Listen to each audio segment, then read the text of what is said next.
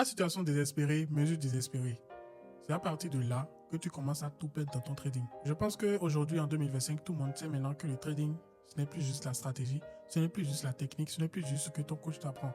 Mais le trading aujourd'hui est psychologique. Et c'est la raison pour laquelle beaucoup continuent à perdre. C'est la raison pour laquelle tu ne progresses pas. Tout juste parce que tu restes rattaché au fait que c'est parce que tu n'as pas assez de capital, que c'est parce que tu n'as pas encore la bonne stratégie, ou c'est parce que ton coach ne te donne pas tout l'intérêt que tu devais avoir, ou ne te fait pas le suivi qu'il devait te faire. Sors ça de ta tête. Il faut que tu sortes ça de ta tête parce qu'aujourd'hui, le trading est psychologique. Comment est ton environnement de travail déjà pour commencer? Est-ce que lorsque tu veux trader, tu es dans un certain environnement de travail? Je sais que tu vas te retrouver dans ce que je suis en train de dire ici. Déjà, tu commences à trader et tu fais bien des profits. Et pour finir la semaine, tu crames toujours ton compte. Ou pour finir le mois, tu crames toujours ton compte. Tu peux quitter peut-être 50 pour 500 ou 200 pour 1000. Mais au final, tu finis toujours par cramer le compte sans jamais faire aucun retrait. Pourquoi est-ce que ça se passe comme ça?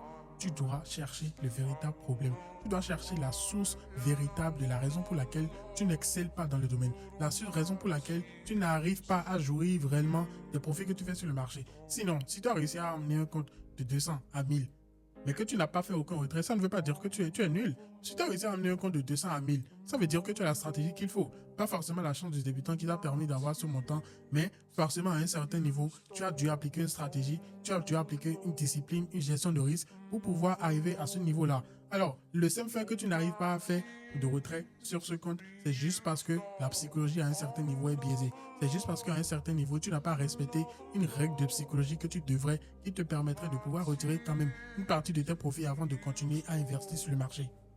À partir d'aujourd'hui, si tu veux réellement continuer à jouir des bénéfices que tu fais sur le marché, que tu fais les captures d'écran, que tu poses, que tout le monde sait que tu es un trader et qu'en arrière-plan, tu finis toujours par cramer ces comptes-là, si tu veux être honnête avec toi-même, si tu veux réellement profiter de cet argent, mets un accent sur ta psychologie.